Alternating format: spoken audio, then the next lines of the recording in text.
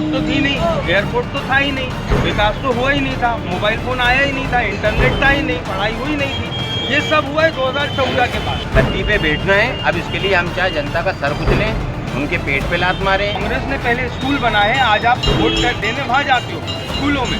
अगर पहले से भाजपा होती तो आपको वोट देने शौचालय में जाना पड़ता। और कितने चक्कर लग गए अभी यार भोपाल के अंदर अमित शाह के, नरेंद्र मोदी के, कभी इससे पहले तो नहीं आए थे। वो तो अभी से डर गए, वो तो फालतू की चीज़ें, ईडी भिजवाना, पुलिस से उठवाना, झूठे मुकदमे लगवाना, सारी चीज़ें तो हो रही हैं। चोरों की जगह ऐसी ही होती है तो उनको उनकी औकात से रखा जाता है। उनको मालूम है कि यहाँ भी ऐसी गद्दारी करेगा। मैंने तो 14 साल तक भीख मांग के खाया है। भैया फिर आपने एमए की डिग्री कहाँ से ले ली? नमस्कार, आपके साथ मैं हूं आदित्य कुमार। हम लोग मध्य प्रदेश में चुनावी कवरेज कर रहे हैं। दरअसल हम मध्य प्रदेश के लोगों की नब्ज टटोलने की कोशिश कर रहे हैं, ये जानने समझने की कोशिश कर रहे हैं कि इस बार मध्य प्रदेश की जनता किन मुद्दों पर वोट करेगी। मध्य प्रदेश की जनता क्या इस बार बदलाव चाहती है? मध्य प्रदेश की जनता क्या इस बार विकास के मुद्दे पर वोट करेगी, या मुद्दा रहेगा जात पात का, धर्म और मजहब का? सब चुनाव में चलता है।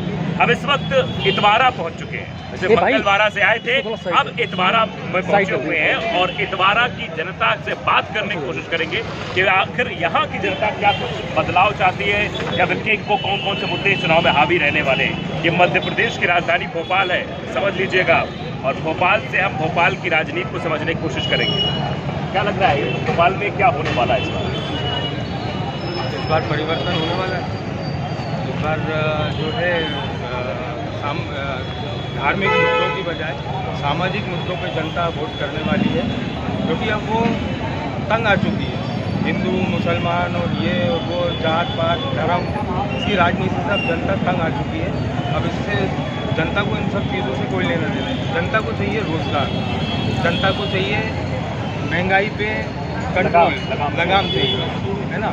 तो ये सारी चीज़ें जो कि ये भारतीय जनता पार्टी इन सब चीज़ों को करने में बिल्कुल अक्षम हो चुकी है। विफल करती क्या है भारतीय जनता पार्टी को?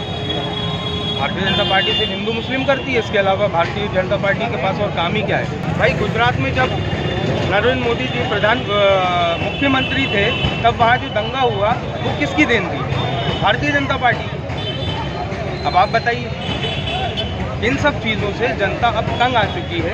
उसको अब चाहिए बेरोजगारी हटाना है, गरीबी हटाना है, महंगाई हटाना है, ठीक है। अब भारतीय जनता पार्टी के अकॉर्डिंग साहब आज़ादी तो 2014 के बाद मिली है। अच्छा, तो उससे पहले क्या आप पत्ते पहनते थे, है ना? उससे पहले जो है आप खड्डे थे, रोड तो थी नहीं, एयरपोर्ट तो था ही नहीं, विकास तो हुआ ही नहीं था, मोबाइल फ़ोन आया ही नहीं था, इंटरनेट था ही नहीं, पढ़ाई हुई नहीं थी। ये सब हुआ है 2014 के बाद। उनके अकॉर्डिंग, है ना। आप भी सर पढ़े लिखे हो, आप भी इस चीज़ को जानते हो कि सारी चीज़ें पहले से चल रही हैं। उन्हीं सब चीज़ों को आगे बनाए भारतीय जनता पार्टी ने।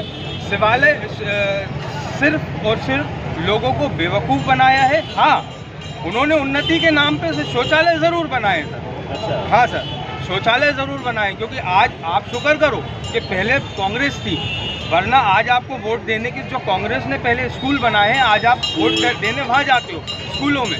अगर पहले से भाजपा होती तो आपको वोट देने शौचालय में जाना पड़ता। ये बहुत बड़ा कटाक्ष है। अमित शाह के लड़के ने बीसीसीआई का जो अध्यक्ष है, उसने दुबई में सचिव है, उसने बीसीसीआई, उसने जो अनिल अंबानी का जो बंगला है ना दुबई में, उसके बाजू में 450 करोड़ का बंगला लिया है। इसने क्या नाम है उसका, अमित शाह के जय शाह ने। अब बताओ अब मतलब बीजेपी भी परिवारवाद कर रही, सीधा आरोप लगा रहे हैं सर। परिवारवाद तो सब में है सर। आप अगर मान लो आप फिल्म इंडस्ट्री में होगे तो आपका बच्चा जो होगा, बेटा या बेटी, वो आप उसको वहीं डालोगे। आपका बिजनेस होगा तो आप अपने बेटे या बेटों को वहीं डालोगे, है ना। आप अगर कुछ सरकारी नौकरी में हो तो आप सोचोगे आपका बच्चा भी सरकारी नौकरी में जाए। तो इसे परिवारवाद नहीं कहते हैं सर। अगर राजनीति में कोई है, उनका पूरा परिवार राजनीति में है, अगर उनका बच्चा भी राजनीति में आ रहा है तो परिवारवाद कहाँ से हो गया सर? और अगर ये परिवारवाद है तो परिवारवाद बीजेपी भी कर रही है। जय शाह इसका सबसे बड़ा उदाहरण है। अमित शाह के जो बेटे हैं जय शाह, वो इनका सबसे बड़ा उदाहरण है। बात अगर अमित शाह की आई तो अमित शाह ने मध्य प्रदेश के बारे में भी कह दिया है कि अब कमान मैंने अपने हाथों में ले ली है, मध्य प्रदेश जीत के दिखाएंगे। बिल्कुल सर, वो हिंदू मुसलमान के दम पे बिल्कुल जीत के दिखाएंगे। अच्छा, बिल्कुल। हिंदू मुसलमान हो गया मध्य प्रदेश में, जीत जाएंगे। अब जो है, अब जनता इस चीज़ को समझ चुकी है अच्छे से, अब उस चीज़ पे उनका काम नहीं चलेगा। वो तो अभी से डर गए हैं सर, वो तो अभी से डर गए। वो तो फालतू की चीज़ें, ईडी भिजवाना, पुलिस से उठवाना, झूठे मुकदमे लगवाना, सारी चीज़ें तो हो रही हैं। बताओ आप कौन सी चीज़ें जो आज की डेट में नहीं हो रही। कांग्रेस शुरू से रही है और उनके परिवार में पूरे शहीद हैं। राजीव गांधी जी, उनको बम से उड़ाया, इंदिरा गांधी जी, उनको बम से उड़ाया, गोली मारी गई उनको। अब आप बताओ ये सब क्या है? और इनके यहाँ एक भी शहीद बता दो। अब नरेंद्र मोदी जी कहते हैं, भाइयों बहनों, मैंने तो 14 साल तक भीख मांग के खाया है। भैया फिर आपने एमए की डिग्री कहाँ से ले ली जब आपने भीख मांग के खाया है? तो अब वो नाले में पाइप डाल के वहाँ से गैस निकाल रहे हैं भाई साहब। उन्होंने पूरी साइंस को ही फेल कर दिया, पूरी साइंस को फेल कर दिया। मतलब जितने भी साइंटिस्ट हैं सब बेवकूफ़ धरे हुए है ना। और उनको तो मुंह से शब्द ही नहीं निकलते उनके, वो टेली प्रमोटर के थ्रू नहीं बोल पाते। अच्छा जी, अब उनके वीडियो वायरल हुआ तो कह रहे हैं कि तो ऐसे ही था, टेलीप्रॉम्प्टर की कोई मिस्टेक नहीं थी। वो तो सर ऐसे ही बोलेंगे कि ऐसे ही था। टेली प्रमोटर की मिस्टेक क्या, उनमें खुद में ही मिस्टेक है। आप जब भी कोई सा भी चैनल उठा के देख लो, आप एनडीटीवी एक चैनल था खाली, उसमें भी रवीश के लात पड़वा दी उन्होंने। एक ने बोल दिया खाली कि भैया पढ़े लिखे को वोट देना, उसकी नौकरी निकलवा दी। टीचर बताओ आप, टीचर की। ये ऐसा कहीं होता है सर? जब तक आप लोग इस चीज़ को नहीं समझोगे कि हमें क्या दिखाना है, हमें क्या बताना है, तब तक ये बदलाव नहीं आएगा। बदलाव आपसे और हमसे है। हम तो अपनी जगह सही है, आपको अपनी जगह सही होना है सर। आपको सही चीज़ दिखाएं। तो हम तो सही दिखा रहे हैं, आपसे बात कर रहे हैं, खड़े होकर। अब मुझे क्या पता आप इसमें क्या काट दोगे और क्या एडिट कर दोगे। मध्य प्रदेश के अंदर जनता ने कांग्रेस चुनी थी पिछली बार, इन्होंने खरीदी और इन्होंने सरकार बनाई। लेकिन चिल्ला कह रहे थे वोट परसेंटेज तो हमारा ज्यादा आया था, वो तो कहीं से सीटें इनको ज्यादा मिल गई। तो ऐसा कैसे हो गया? वोट परसेंट तुम्हारा ज्यादा आ गया, सीटें ज्यादा इनको कैसे मिल गई? फिर ये तो आपको अलग ही दिख रहा है ना। ये इनका सिर्फ इनका एक ही मोटिव है कि हमें गद्दी पे बैठना है। अब इसके लिए हम चाहे जनता का सर कुचलें, उनके पेट पे लात मारें, किसी को रोजगार दें नहीं दें, इनसे उनको कोई मतलब नहीं है। इनको जनता की बिल्कुल परवाह नहीं है।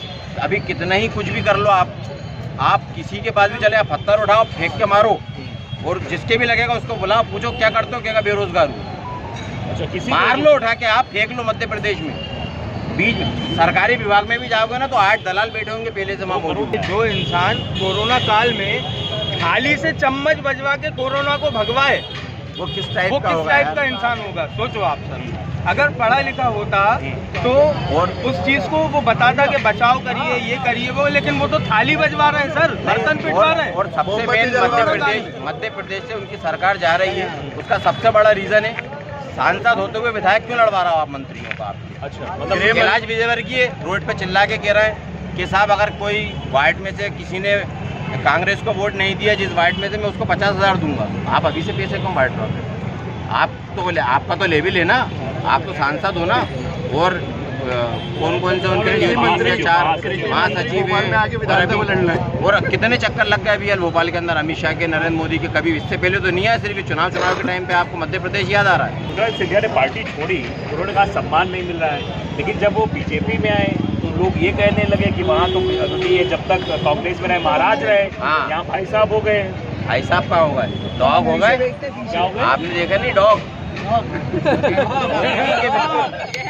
मोदी जी के पीछे बैठते बिल्कुल दुम हिलाते हुए, हाँ कहाँ जा रहा है अमित शाह, कहाँ जा रहा है? और वैसे ही साइड का बिल्कुल साइड में आते तो बेटा आप साइड हो जाओ, आपकी इतनी वक्त वैल्यू नहीं है जो कांग्रेस में थी आपकी। आप कांग्रेस में राजा थे, आप चोर हो, और चोरों की जगह ऐसी ही होती है तो उनको उनकी औकात से रखा जाता है। उनको मालूम है कि यहाँ भी ऐसी गद्दारी करेगा। इतवारा में हमने जब कवरेज की तो हमें पता लगा कि नाराजगी शिवराज के खिलाफ है। शिवराज ही नहीं बल्कि मोदी सरकार के खिलाफ भी नाराजगी है। विधानसभा चुनाव के बाद लोकसभा चुनाव भी आने वाला है, तो लोकसभा चुनाव में भी बीजेपी को इसका खामियाजा भुगतना पड़ सकता है। और विधानसभा चुनाव तो नज़दीक है, तारीखों का ऐलान हो गया है, 3 दिसंबर को रिजल्ट आ जाएंगे, लेकिन उससे पहले स्थिति अब भयावह होती चली जा रही है भारतीय जनता पार्टी की।